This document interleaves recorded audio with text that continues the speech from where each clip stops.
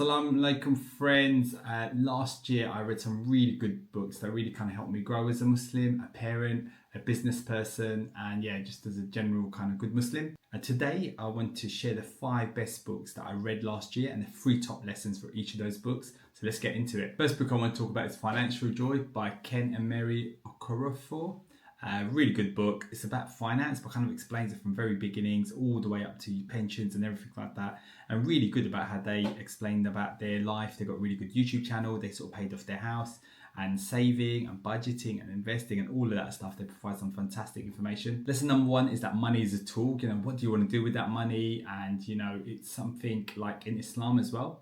You know, it's how wealth is a blessing, and it just reminds us that, you know, we use that money to work towards something. Number 2 is that generational wealth starts with habits. It's all about building good habits, budgeting, investing, automating things, and just making it as easy as possible.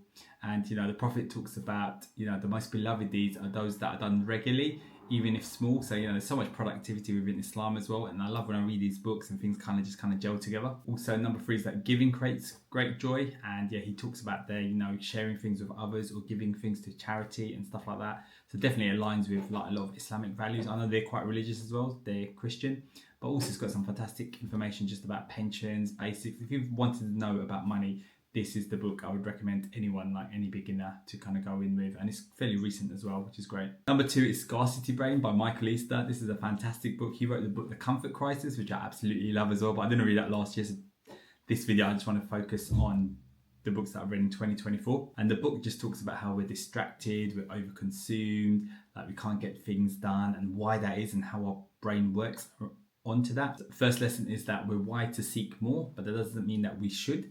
So that's like, you know, we always want to get like, you know, more food, or we want to watch more TV and things like that. And it kind of just talks about that kind of, you know, us sort of chasing dopamine, and just to kind of be aware of that. And yeah, he talks about ways to do that. And you know, in Islam we talk about contentment as this treasure that never ends, and something that we should be seeking out. Having peace of mind is like super important. Number 2, and I absolutely love this, is that do hard things on purpose.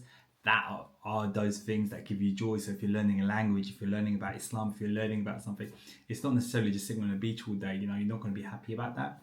And you know, doing things like cold showers, which is something I did, and I've got a video about that as well. Like, it feels amazing when I've done that. So you know, going for a walk, and you know, things like fasting as well, even during Ramadan, you know, we go through that discomfort, but we feel amazing after that. Number 3 he talks about is just embracing boredom. Boredom is something that happens, you know, all the time, and like we're always so easy to get distracted. But you know, boredom is where our ideas come, is where we can kind of think about things and just have some space to dissect things. So yeah, it's really important. I always tell my son about that as well. It's okay to be bored. It's just about finding peace and things like that. And you know, within Islam as well, we've got things like zikr, sujood, salah, all of that sort of stuff, how you kind of break away from your daily kind of routine, and you have to kind of focus and be still, and that can be quite difficult to do. It's about building that practice, and then it just kind of feels amazing. Yeah, and he was talking about in the book as well, he was talking about these monks as well, and there was a person that went to kind of live with the monks, and he was just kind of learning about how the monks do stuff, and they just do the kind of same thing every day. And there's some of these people that just kind of totally ditched their life and just became monks.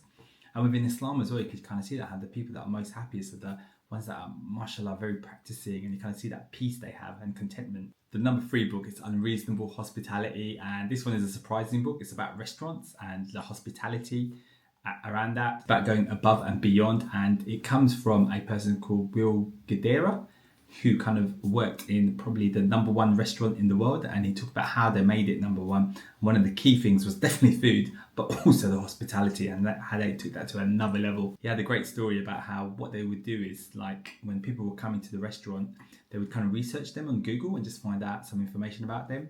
And when they came into the restaurant, they would go out and greet them, and straight away knew who that person was, and say, hello, welcome, Mr. Rahman or Mr. Uddin or whoever it is. And people will be shocked. They're just amazed by that. He'd also talk about things like, you know, when they're in the restaurant, and if someone wants to talk to like a waiter that's cleaning up the table, which is quite common, rather than holding the plates in their hands and then talking to someone, which can be quite gross, they'd move the plates behind their backs, and then they had a system where the other waiters would realise they're talking and just go around and just take the plates off them from behind their backs. Like, amazing. All of these amazing stories about how they, like, someone was going to the airport and they had some luggage.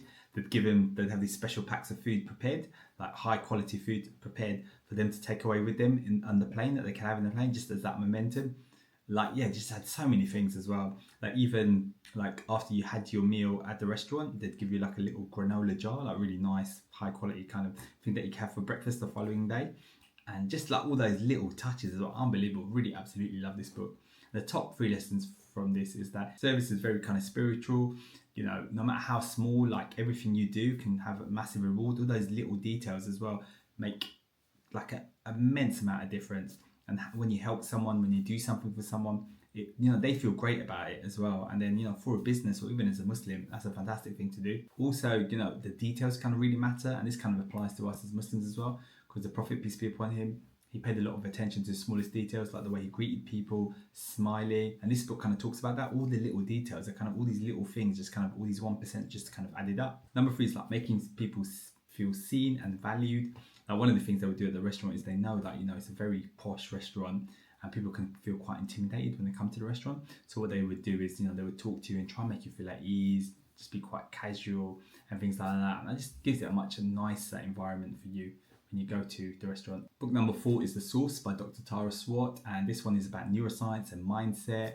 And also it's got some sort of like interesting things in there that I didn't think would appeal to me, which is like vision boards and visualization, things like that, and just some sort of spiritual aspect to it, but predominantly it's about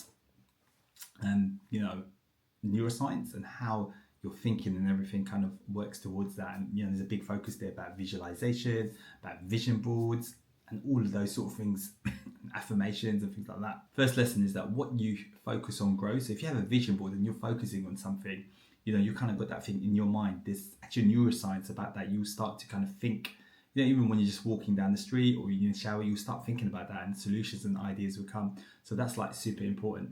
And it's the same, I feel like, with dua as well. When you make dua and you're making dua, you're kind of thinking about that thing as well. And obviously, Allah will help us with that as well, but you're kind of thinking about that. Number 2 is that the brain is changeable. So there's this thing called neuroplasticity. So your brain can adapt and change and things like that. There's a very famous story like in London where the black taxi drivers have to do this test called the knowledge, where they have to learn all the roads in London. It's a very complicated test. It takes like years to learn, but people do learn it, and that's just through lots of practice and techniques and stuff to learn it. So it definitely applies to us as well whenever we want to do something, whether that's like learn the language or it could be anything. And also visualization works when you pair it with action. So when you visualize something you want and you take action like with intention, that's going to like definitely help you. So yeah, it's the same thing like how we have like tie the camel and trust in Allah. So you trust in Allah, but you still tie a camel as well. So if you want to get fit, you make dua, but you still go and do the exercise, and then Allah will help you. I love this quote I heard the other day, which was like, you take the first step and then Allah will take step 2, 3 and 4 for you. And book number 5 is Relentless by Tim Grover and Sherry Wank. And this was a fantastic book. That is Tim Grover. If you don't know who he is, he was the trainer for Michael Jordan, Kobe Bryant, but for a lot of other people as well. If you saw the documentary on Netflix, I think it's on ESPN as well, which is The Last Dance, which is about like Michael Jordan predominantly and the things that he did for the Chicago Bulls team, and you just realise how relentless and how driven he was. And Tim Grover was there with him all that time, and he's just got fantastic stories. And if you love that documentary, you will absolutely love this book. Now, the top 3 lessons are, number 1, I'll kind of share as a quote, which is, you have to love the results so much that you're willing to do whatever it takes to get there, even if you hate every single thing you have to do along the way. So Michael Jordan, Kobe Bryant, you think these guys absolutely love training every day. No, they didn't. They didn't always like it, but they loved the result. And that got me thinking as well. Like sometimes, I'm doing this YouTube thing, this content creator thing. I love having videos and stuff like that, but sometimes going through the process can be a bit of a chore and you can't be bothered or it gets a bit boring. Number 3, the third lesson, which is fantastic, which is that pressure brings great results. I usually avoid pressure, but now I'm starting to set more deadlines and things like that because you get better results that way. I was always kind of keen to avoid doing deadlines and things like that, but I actually find that it works.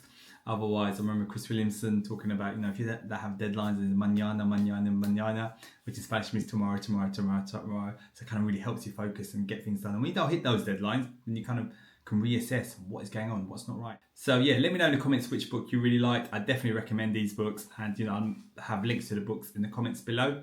And so definitely check it out. And thanks for watching. As-salaamu alaykum.